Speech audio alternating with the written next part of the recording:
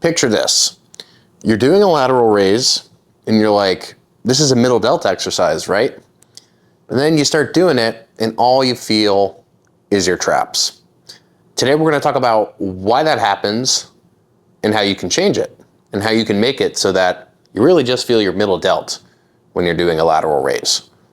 Okay, so first things first, we just need to understand a little bit, just real quick, some anatomy, some function stuff. So here's your shoulder blade and here's your upper arm. If we're thinking about the middle deltoid, what does the middle deltoid do, this thing on the side? Well, it attaches from this bony prominence right here, this flat bone called the acromion, and it attaches onto the upper arm, also known as the humerus. And what it does is it basically goes like this, right? When it contracts, it goes from here to here, and that's all it does. But in order to raise our arm up, more than just this has to happen. This whole thing, this whole bone also needs to be able to tip. And in addition, I don't have it with me, but there's a collarbone and the collarbone also moves along with this. So what does that mean? Well, during different parts of arm raising, different muscles will be more or less active because the middle delt, it just basically does this motion. But to get our arm up fully overhead, this bone needs to rotate. And so what needs to kind of happen is some combination of rotation of these two bones.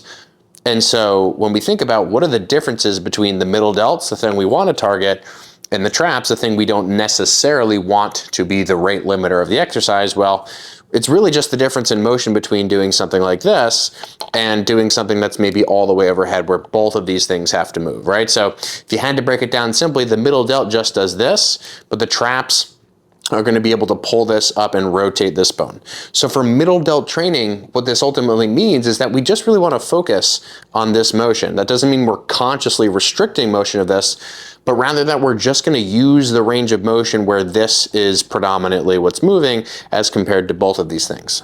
So what does that look like? Well, that looks like rather than a raise, which is like all the way up in this sort of territory, a lot of rotation of that shoulder blade as those traps might control, just a raise that's kind of more toward this bottom end, right? From 0 to what we might call 90 degrees away from the torso. But some of you who do that may still be feeling your traps more than your middle delts. Why might that be?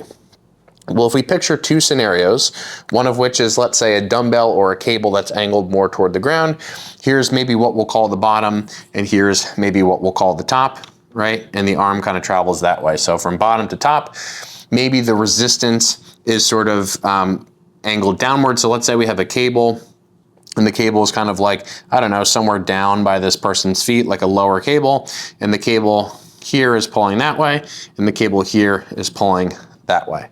Right, so in either case, it's really just pulling down. And so to some degree, it wants to rotate this bone really mostly toward the top.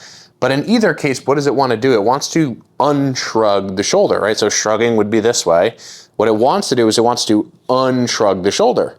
So you're essentially, if you set the cable up this low, you're essentially setting up a scenario in which your traps have to resist constantly against the load. And this is even more so the case in something like a dumbbell raise, because a dumbbell is always going straight downward. So picture you have a dumbbell in your hand, right? The dumbbell is trying to unshrug your shoulders in the bottom. And even when you get to the top, yes, your middle delta is of course loaded, but your traps are still even more loaded than the middle delta is in this particular case, even in this position. So what do we do? What's the solution? Well, again, we want to find a space where we can basically just concentrate on rotation of this bone and where we can really load that portion of the range most so that we can recruit the middle delt the most and not as much of the traps. Again, both will always be involved, but we really want to see an imbalance in favor of middle delt for middle delt training. So instead of angling a cable down like this, what might we do? We might angle a cable across our body like this. And then as we get to the top portion of the range, our arm gets to this position, the cable is still pulling across the body in that direction. So what is the big difference between these two things? Well, in this scenario over here, dumbbell raise, low cable raise, where the cable is mostly pulling downward, what that cable is ultimately trying to do mostly is it's trying to just pull both of these bones toward the ground. And hopefully you can kind of see how that's happening. Again, toward the top portion of the range, right, when the arm, let's say, is here, the cable does want to rotate the arm down, but by that point, the traps have so much leverage in that position to basically, again, do that whole shoulder blade tipping thing we discussed earlier. But in this case, picture what the resistance is doing to the entire arm segment as it pulls the arm across the body. Well, what it's really doing is it's pulling the arm just like this. Not really trying to move this shoulder blade or the clavicle very much. It's just basically trying to close the gap between the upper arm and the rib cage, right? So in essence, here we're using a resistance which is smushing our arms into our bodies. And here we're using a resistance which is more so trying to pull our entire shoulder complex, shoulder girdle downward. So if you have to kind of summarize this, practical recommendations, make sure that the loading direction that you're using is smushing your arm into the body when your arm is in this position. Again, because in that bottom end of the range, that's when you're going to see a greater relative amount of motion through just this bone, as opposed to these two bones and that whole shrugging, rotating thing together. So in short, whether you're using a dumbbell or a cable in that bottom position, use a resistance that's, you're smushing, your arm is getting smushed into your body.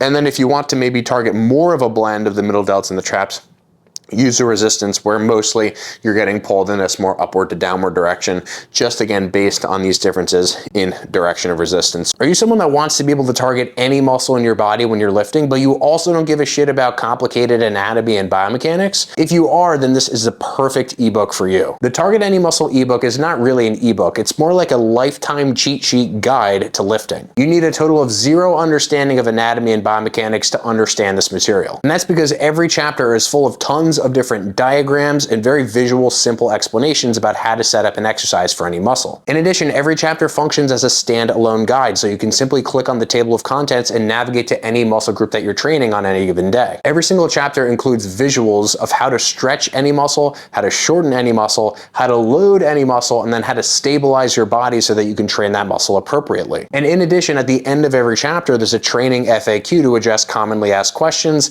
and a full video lecture summarizing each chapter with me and my skeleton model to demonstrate. This is meant to function as a cheat sheet for life. This should be the last product that you ever purchase about how to lift. I hope you all enjoy the guide. Happy gains.